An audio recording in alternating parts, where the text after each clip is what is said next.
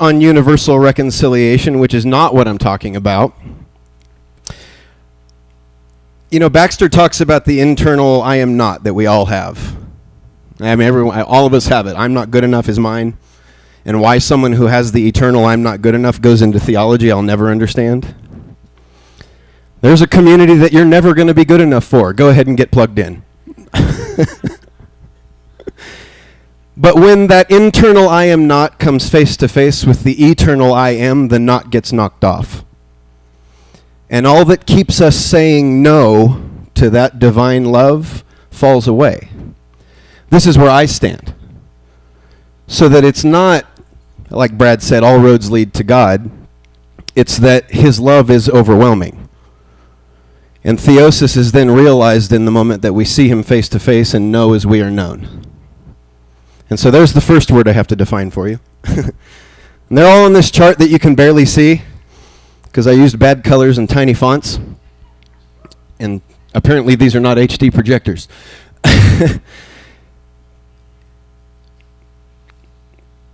No, I'm not going to go there yet. The attributes of God that the Bible says endure forever are what?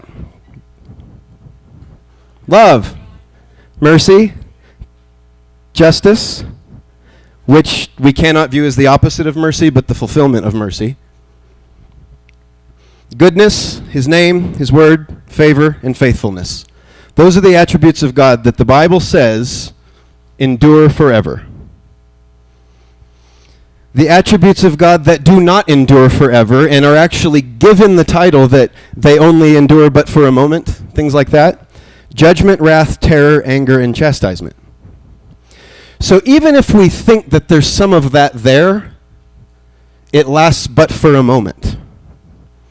And then those other things last forever.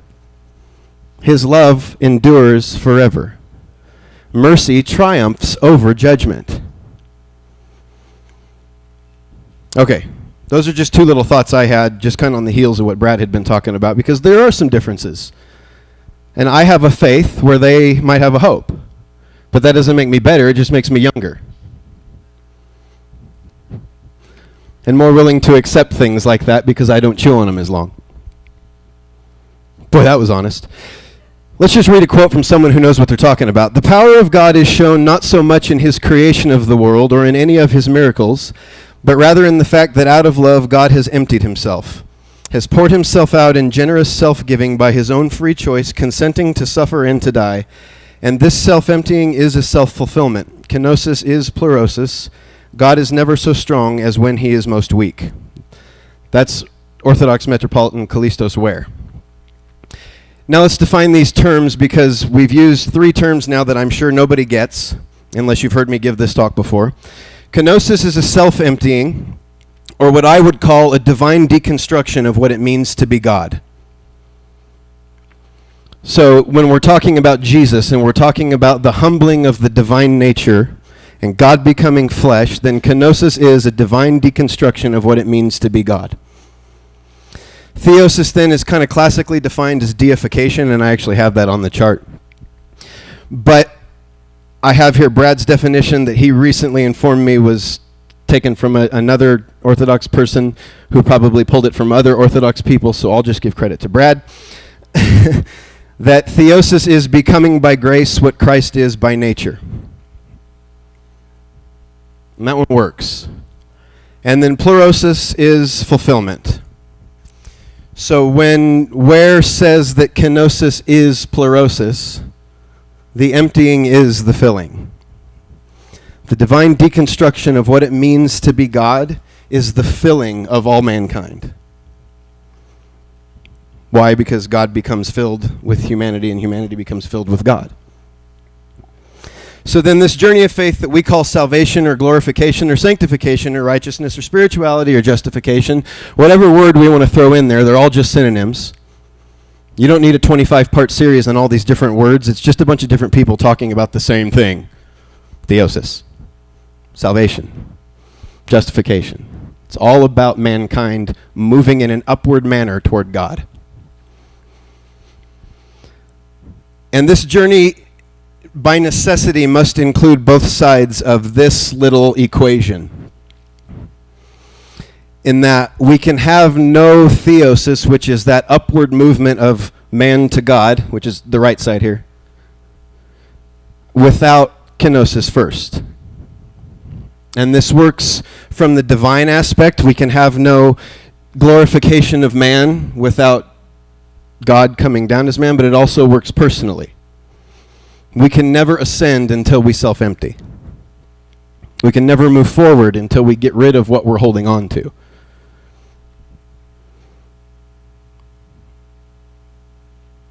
Now, in all these stories that we hear, and again, Brad touched on this, like, do people, when they come to the faith, do they meet the Bible in their dreams? Are they walking a dark alley and a book appears before them? No, it's usually a man who looks similar to something that they might think. Because, as I've said, like, we can't box God in, but he'll willingly get in anyone that we create, just long enough to blow the sides off for us. So whatever he looks like, that's fine. But they meet a man. They meet a human, flesh and blood person. I do know some people that have met women, so that's, we got to change that language. You mean Jesus will appear to me as a woman? Yeah, if you've got a problem with men, sure he will. But they meet a person. They meet a human, a flesh and blood person. They don't meet a text. And is it any wonder why it's kind of hard to get people to, like, do the thing anymore? Well, the Bible says, and they just check out. That's not my topic. So it's this emptying to which we are called, because physicality can never exalt itself to divinity on its own accord. Or if we want to say that simpler, man can't become God without God first becoming man. And if you want notes on that, you can go look at Augustine, Irenaeus, Origen, Athanasius, Hilary, pretty much any of the early church talking about the deification of man. God became man so that man might learn from God what it's like to be God.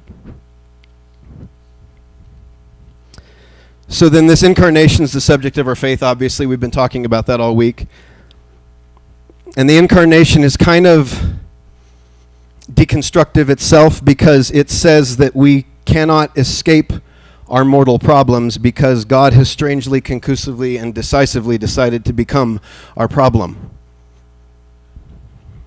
And I don't mean that God becomes sin because sin is our problem. Our problem is God.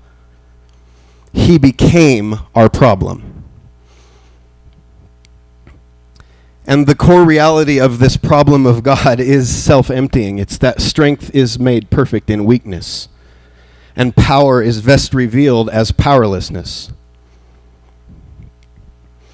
That divinity is revealed in humanity, and that separation is revealed as a lie. All of that is a problem for humanity. That's a big problem.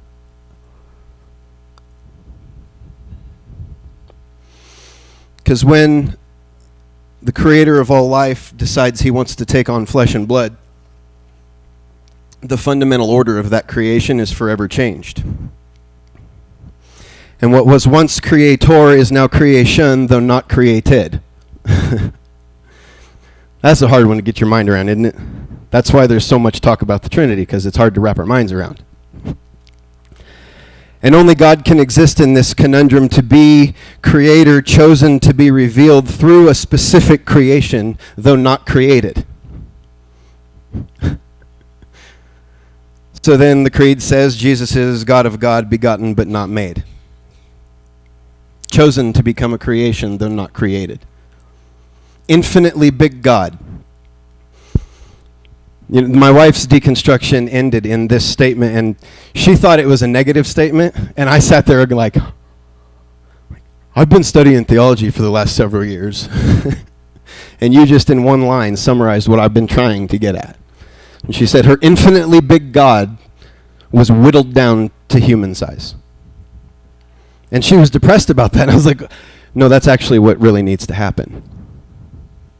Because see, like, the problem with Superman, when we start talking about Deus Ex Machina and God coming on the scene to raise us out of the situation, you know, Gnosticism, the idea that we ascend by knowledge, the idea there is that you escape the mortal coil. But the gospel offers transformation inside that. And so the problem with these Deus Ex Machina visions of, oh God, come, is that God isn't there. Superman doesn't have to save Lois if he's actually with her. And so we might, oh, this is a love story. No, it's not. It's an absentee lover story. Superman's not a lover. He's a superhero. And he demonstrates that daily by not being there. So there's our problem with that vision of God, is that he's decisively not there. And just because this is a conference and I feel like they've already had their airplane stories, I need to tell mine too, because I used to be a traveling minister, so I have some airplane stories that are not based in fear. One time I was on a plane, and a girl that kind of looks like my wife, red hair, tattooed head to toe, lots of piercings, comes walking down the aisle, and I'm sitting in the aisle, and she takes the window seat. And then the guy behind her is kind of a well-dressed businessman, and you can tell he's kind of eyeballing her. You know, like you can see him from behind, like. And lo and behold, he chooses the seat in between us. About 25 minutes into the flight, he's starting to give her his speech on Jesus, because she's tattooed and has piercings, so obviously she's in need of Jesus, right? Won't talk to me because I look normal, like my tattoos are covered. I wasn't wearing my plugs at the time, so it's like, who's he going to talk to, the sinner or the holy guy? And he kind of starts into this thing, and I happen to be reading Vladimir Losky, An Introduction to Orthodox Theology. I'm sitting there, and this guy's starting, and I can tell he's headed down the Romans road. And all I did was this. And then I hear, "Excuse me, sir, are you eavesdropping on our conversation?" come from the mouth of the young lady. Well, busted. I said, "Yeah?" And he turned to me and he said, "Well, what do you think about all this?" I said, "Well, I'm studying to become a theologian, and I happen to be reading an Orthodox theology book, and I said, I have kind of a different view on all this than you do, and I only want to talk about it if you're not going to fight with me." I said, "Otherwise, I'm content to sit here and be quiet and let you do your thing." He was like, "No, go ahead." Okay. And I just turned over my arm and I said, "Well, I have a tattoo that says you're included. So let's just start there." And I just talked about what it means to stand face to face with infinite love when you've spent a lifetime turning from that love. It means that you stand face to face with infinite love. And real love has the ability to overcome all of that garbage. And she said, "Well, I don't believe in God. I believe in nature." I said, "Nature's a beautiful thing, and God made it, so that's fine." And she kind of laughed. And I said, "I don't think that God is such a narcissist that he cares if you get his name right. And I don't think that his son is such a narcissist that you care if he cares if you use the English transliteration of his name, which is wrong anyways." She's like, "Huh." And I said, "And I believe that when you get there, Jesus is going to say, 'I love you.'" And that's that. And it got real quiet. And this girl, who is a professed naturist, who studies Wicca and all this different things, says, after about 5 minutes of silence, she says, "No one's ever made me think about Jesus that way. I call that a win." And then I turned to the guy and he said, "And this is acceptable?" And I said, "Absolutely, it's acceptable." I said, "Plane didn't get struck by lightning, did it?" Yeah, and we didn't go any further. I didn't try and lead him down some path, and I just left him in the uncomfortableness of what I had just said to think about Jesus. Because that's about all we can do, is draw each other to the edge of that basement and then walk away. I can't push you in. I can't pull you out. Nobody can do that for me. We've just got to learn to start being comfortable in all that, and if I don't get back on track here. So then what are we being saved from when we say that we are being saved? Because if you're being saved, it has to be from something. Can't be unto anything. It has to be from something, right? Are we being saved from God? Because that's what's presented. Lo, the Father poured out his wrath upon the Son. So in some way, Jesus is our cosmic go-between, saving us from God. No. Are we being saved from Jesus?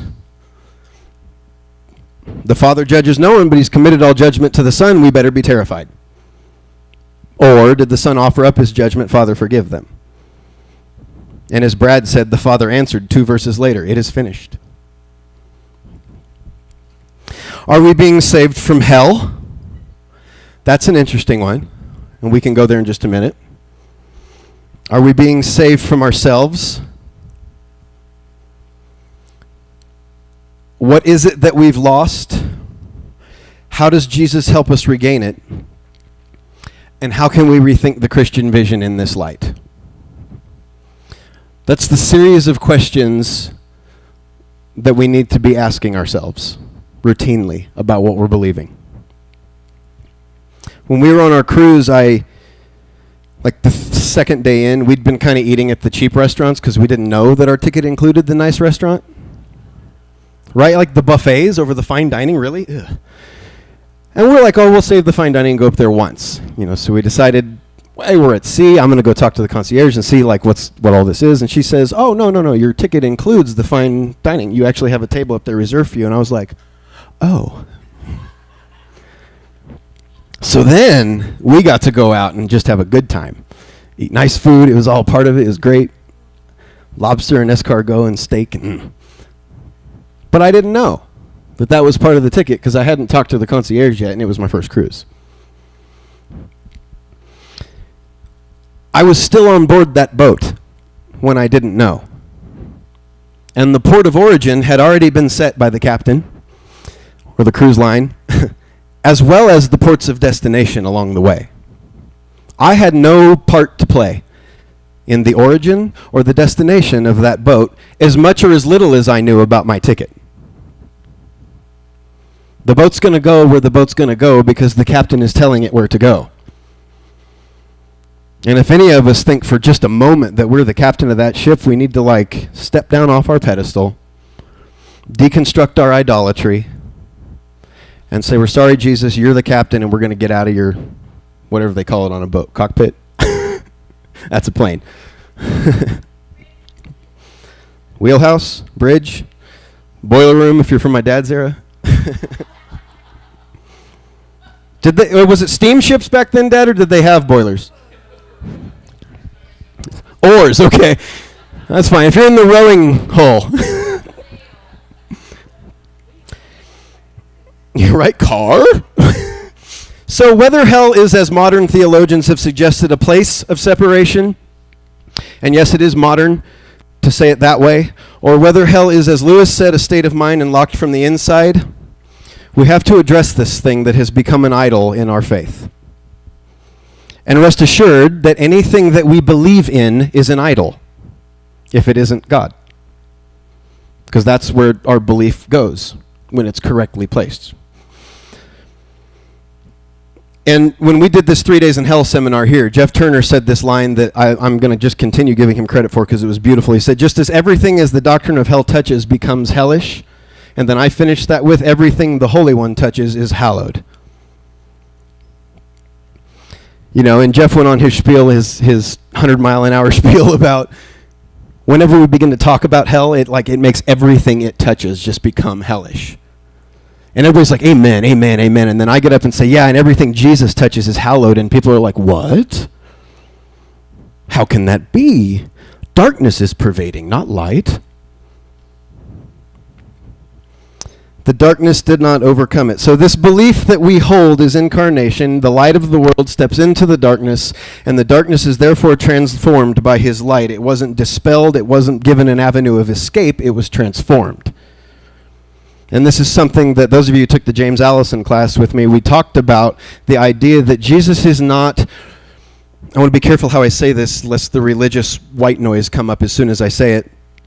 The resurrection of Jesus is not a corporeal flesh and blood event as though we now have a living human somewhere in the cosmos aging. Neither is it the death of God as though there's nothing after that. It's changed. Where death was the end, and there can be nothing after, there is now something after death that is neither dead nor alive, that can pass through walls, that can disappear when he needs to, but that it is able to be touched. Living and dead, neither living nor dead, is kind of how you have to frame Jesus. Which gives us hope, because death is now something different. It's no longer death, it's asleep. Because we know that he slept and now he's awake.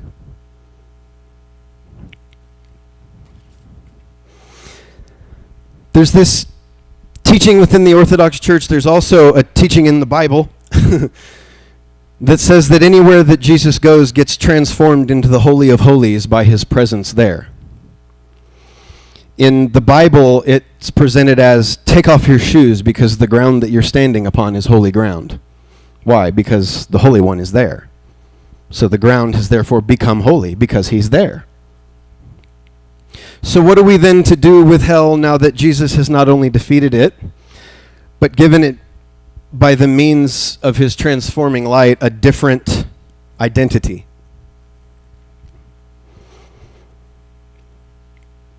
And this is kind of, on this chart, we're going to be in this little center area, which is atonement. And then below that it says reconciliation. And then there's a couple proof texts. And then below that it says adoption. And then below that it says this is the work of the Holy Spirit. And what I did was I neatly packaged the Trinity up into an easy diagram, because that's really all we need, is something easy to be able to define the Trinity. That was a joke. Like 3 people kind of giggled. But we want the theosis, right? We want the deification. We want the message of union with the Godhead, and we want the ascension. We want to be on the Father's right hand. We love that language. But like I read yesterday, we don't love the language of come Lord Jesus and then him appearing as a street person. That's kenosis. And that's the awkward side to our faith. Is that if we're going to be lifted up, we have to empty ourselves. If we want to find our lives, we have to die. If we want to be first, we have to be last. This is like kind of a core message from Jesus in the gospel. And we just dress it up with fancy words because Greek sounds prettier. So then if there's nowhere that Jesus goes that isn't transformed by his presence there, it necessitates a rethinking of even the most dark and fearful of places. It makes us rethink why I drank so fast. It makes us rethink all that would seem to be disciplinary, all that would seem to be retributive, and all that would seem to be dark. Because there's nowhere that can be called a part of the human existence that he hasn't taken part in, played the role fully, and made a part of his own experience. Oh, well, Jesus wasn't addicted to drugs. No, but Jesus had every opportunity to be addicted to praise. And addiction is addiction, and all we ever do is trade one for another. Oh, but you were delivered from drugs, and then I got addicted to the stage. And now I'm addicted to reading. That's all we do. That's uncomfortable. So there's nowhere that can possibly fall outside his reach. If he is in fact the light, even if we don't say light of the cosmos, which is what the Greek says, and we just say light of the world, is there anywhere on this world that light doesn't reach then? Otherwise he cannot be called the light of the world. He must be called the light of some of the corners of the earth. The light of the few elect who get it. The 144,000 who believe the right thing.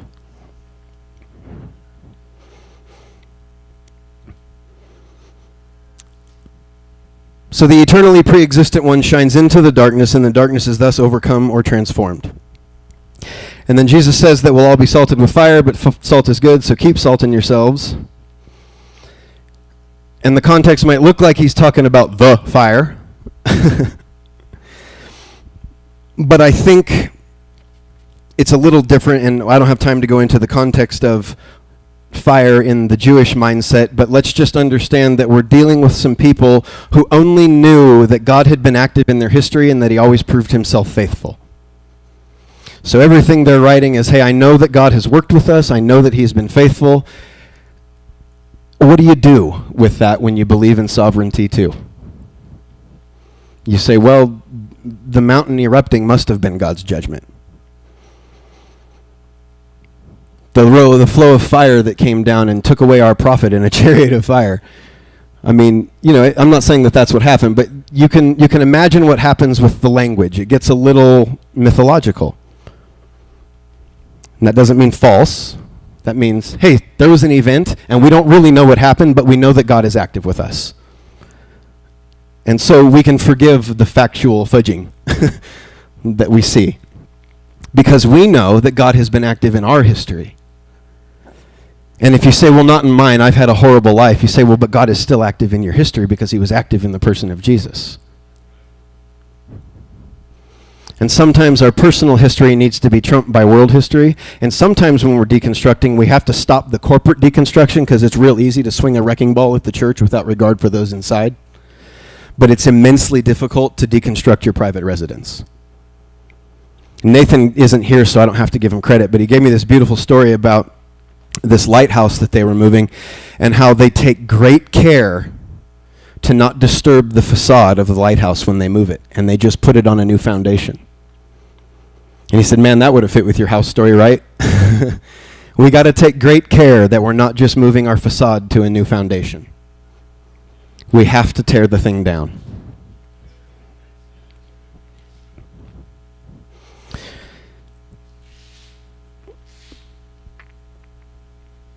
All of this is before the light of the cosmos enters the darkest part of our darkness. However we want to frame that passage. Have some salt in yourselves. Salt is good, all that. Jesus descends into the depths of our hatred and our violence, and as Baxter said, we offered him hatred, retribution, and rejection, and that was our part in salvation. There's the part we get to play.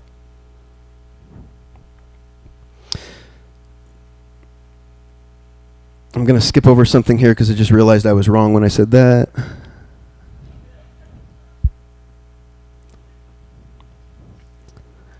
So Jesus is telling us then, I think he's giving us a bit of the prophetic word. He's telling us that the fire is going to be transformed. And again, if we keep with this Orthodox tradition, Brad, am I right that this tradition is the one that says that Mary is ever virgin because Jesus transformed her womb into the Holy of Holies-ish?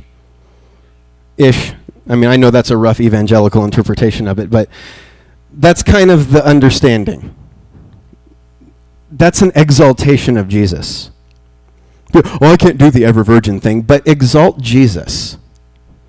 Cool. I can do that because of this. Yeah. As long as it's made about him, I don't care what happens over here. Yeah. God. Who was on the cross? God. Who was with the woman at the well? Who went out of his way, left a group of 5,000 congregants to go across the sea to one demon-possessed guy who was going to attack him? I can't see any of our pulpiteer TV evangelists doing that today.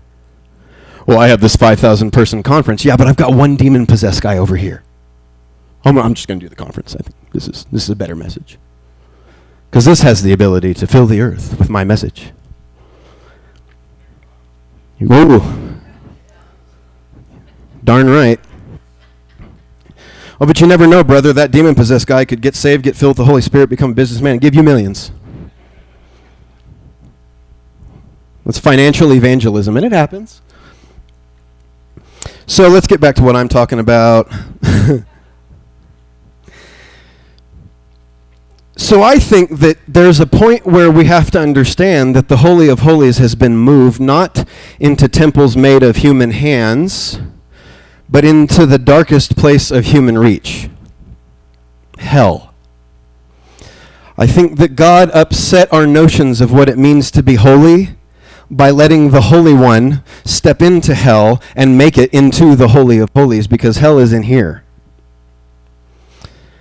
And he didn't just go in there and say, okay, Noah, you were righteous. David, you're good. No, he grabs Adam and Eve and he walks out with them and leads the host of captivity captive. And that Greek word means those who are held in captivity, as well as the place of holding, as well as the one who is doing the holding. I mean, this is why Origen got in trouble. He reconciles all things. The devil's a thing. You know, we're not comfortable saying that kind of stuff. I'm not comfortable saying that kind of stuff, but guess what? Some people did. And he was renounced as a heretic, but not for that. Origen's heresy had to do with keeping humanity as pre-existent and not God and Jesus as the only pre-existent ones. There we go. So part of the reason I believe that the Gospel of John says the darkness could not comprehend or overcome this light is that darkness doesn't see it coming. Okay, darkness isn't an entity of itself. It draws its being from something else. Darkness draws its being from light, or rather the absence of light. Light doesn't draw its being from the absence of darkness. Light simply is. And darkness is the absence of that which is. And I've said this before, our fundamental truth as Christians is what? God is. Isn't that easy? Whatever we read through the Bible, God is. It is never up for debate that God is. It is taken for granted that God is. And so everything we read comes from the standpoint, God is. And then for the next thing that Christians believe, we believe that God is, and that God has chosen Jesus as his self-revelation within our history. Those are our two core fundamental beliefs, and yet most of what we believe can't even stack up against that. Is this how Jesus responded to those in front of him? No. Then God would not respond that way to those in front of him. And we've spent 1,500 years, 1,800 years getting back to something that the writers of the Nicene Creed took for granted. God's good. I mean, it's taken us that long to get back to that.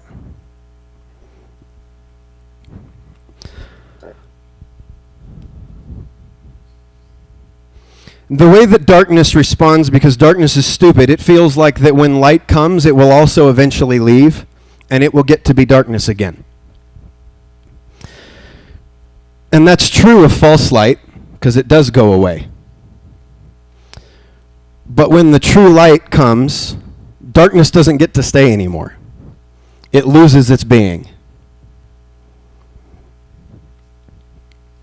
So then when the light that lights all people steps into the darkest place imaginable, that place that human light ceases to exist becomes a place where divine light is shown in all its glory. Because there's no more light pollution. And the traces of his divine DNA are dripping from every open wound, letting transformative light fall out. And I think there's something to the fact that Jesus bears in his body the scars.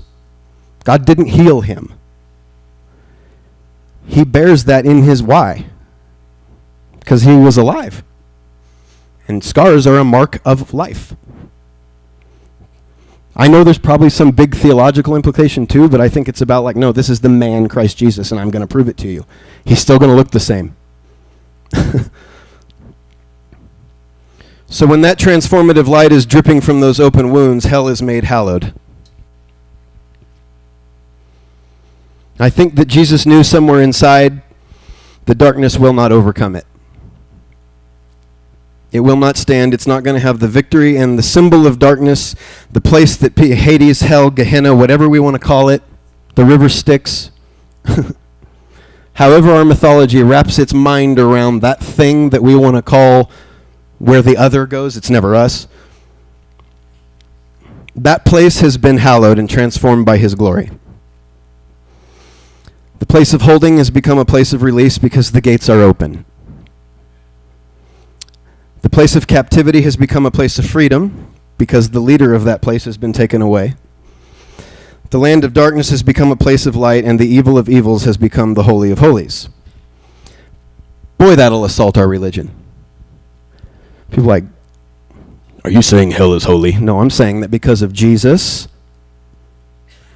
whatever we want to address hell as has been made hallowed.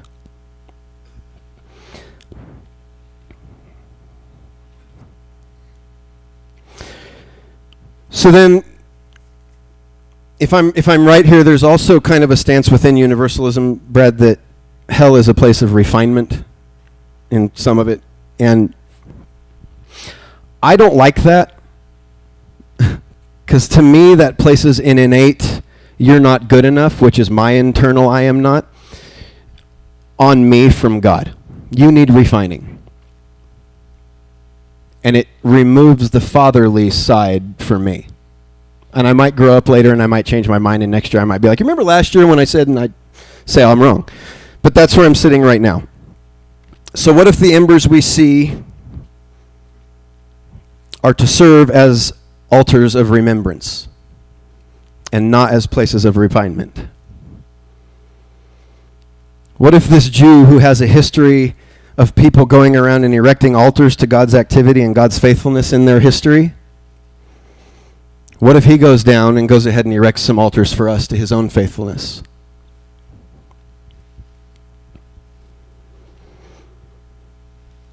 And these embers are not coals, but they're traces of Jesus' light still shining through the darkness, letting it know it did not and will not ever have the final word.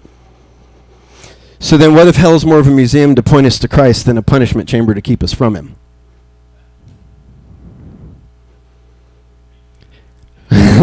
What if hell is more of a museum to point us to Christ than a punishment chamber to keep us from him? You ever been to those really boring like walk-through houses? We've got like 3 or 4 in town here, and they're like cool the first time. It's the history, and this is what this guy did. And what if we like do that? Oh, see, well, here we crucified him. And we beat him, and we told him we hated him, and we rejected him, and he didn't respond. And then here, we went ahead and pierced his side just to be sure that he was dead. Even though he'd expired his breath, we went ahead and poked his side too. And then here we took him to the tomb, and this part they didn't write about because this is down here. Here's what happened. And we walk through, and we see where we have made our bed in hell and where the light of the world has come down to spoon us. He's a big spoon. What if we treated hell like a trip through the Colosseum? We see the rubble, the stone, the obvious signs of battle and triumph, but there remains no mortal in this theater. There's obvious signs of struggle. There's places where people were chained and held captive, but there remains no means of captivity today, nor one to hold them there. The pit where humanity met what it feared most, where men and women were pitted against lions for sport, has become the place where the lion has overthrown the king. The Colosseum of hell and all that it entails has become the monument of Jesus' success. Hell is not a place to be feared. It is an idol of his success. Icon. Let's use a better word. I like idol because it keeps me from worshiping it. And if I rightly understood icon, it would keep me from worshiping it. So it's become a monument to Jesus' success, the Holy of Holies for his presence to manifest and do what? To make all things new. He doesn't say he makes some things new and other things revitalized. Ow. I make all things new, but only if you rededicate.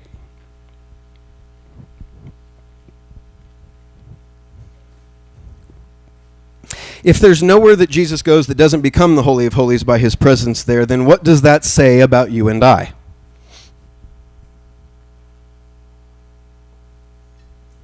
And if he's there, you have inside you the Holy of Holies. And this is the heart that we retreat into. It's harder for some of us. Like I told Baxter recently, I feel like my heart was like glass and it's broken, and every time I try and pick it back up, it cuts me. And I sit there and bleed out. Why? Because I'm trying to reconstruct something that only Jesus can reconstruct. When Brad said the word reconstruction last night, I was like, because we want to do that. No, I'm a licensed contractor. No, you're not. There is one carpenter who can rebuild your house. I have a PhD, I can do the plumbing. No. It even takes him to do the plumbing. You don't even get to deal with the crap.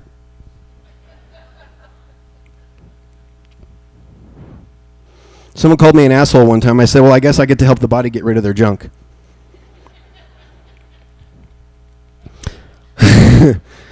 All the exclusionary teaching of men put aside, because women don't teach exclusion, we do not draw a breath except the breath of life dwells within us. I didn't mean that as a joke. I've really yet to meet a woman who actually teaches exclusion. I don't know if that's because like they're more in tune with the Spirit or what's going on. But I'm sure there's some out there. I just haven't heard them. Anyways. We don't draw a breath except the breath of life dwells within us. We don't live except the one who is life lives in us. And this is why the New Testament writers refer to the human body as the temple, and why Jesus says the Father will not, might not, well, if you make it grand enough, he will, but will not dwell in temples made of human hands. And so what do? We use our human hands to build him temples. Oh. Which is fine if, like, hey, we're coming together to be in fellowship with one another and commune with one another and remember Jesus, and that's cool because then it's not a temple. It's a house.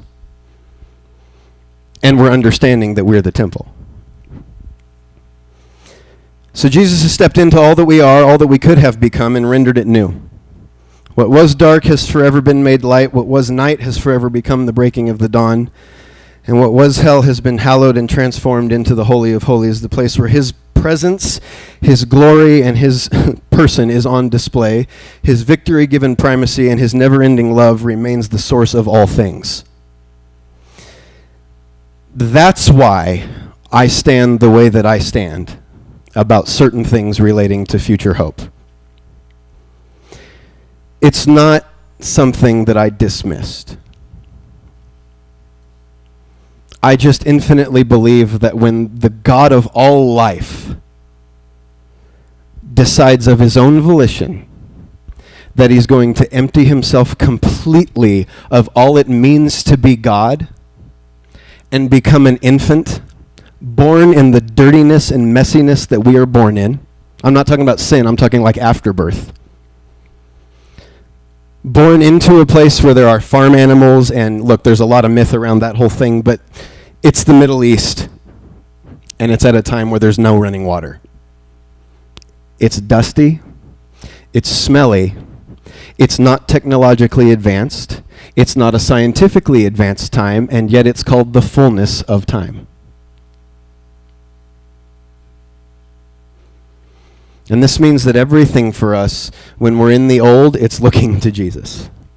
And look, there's some prophecies in the Old Testament that I think we get way too messianic about, and I don't think these guys were actually talking about Jesus. I think it just kind of fit the scenario later. But everything is about him because it's all leaning towards him because he is God's saving activity within the history of mankind. And he's a Jew. And guess what the Bible is? Old and New Testament, it's the book of Israel. It's not the book of Christians. It's not the book of Jesus. It's the book of Israel. They own this material. And we do ourselves no justice by divorcing that from who we're talking about. I'm going to go like 5 more minutes and go off topic here. This is why it's so important for Paul to deal with the things that Paul deals with in relationship to inclusion and exclusion. Because when Jesus comes on the scene, they've got 300 years of a textual religion. We've got like 2,000 years of a textual religion now. You see why it's so hard?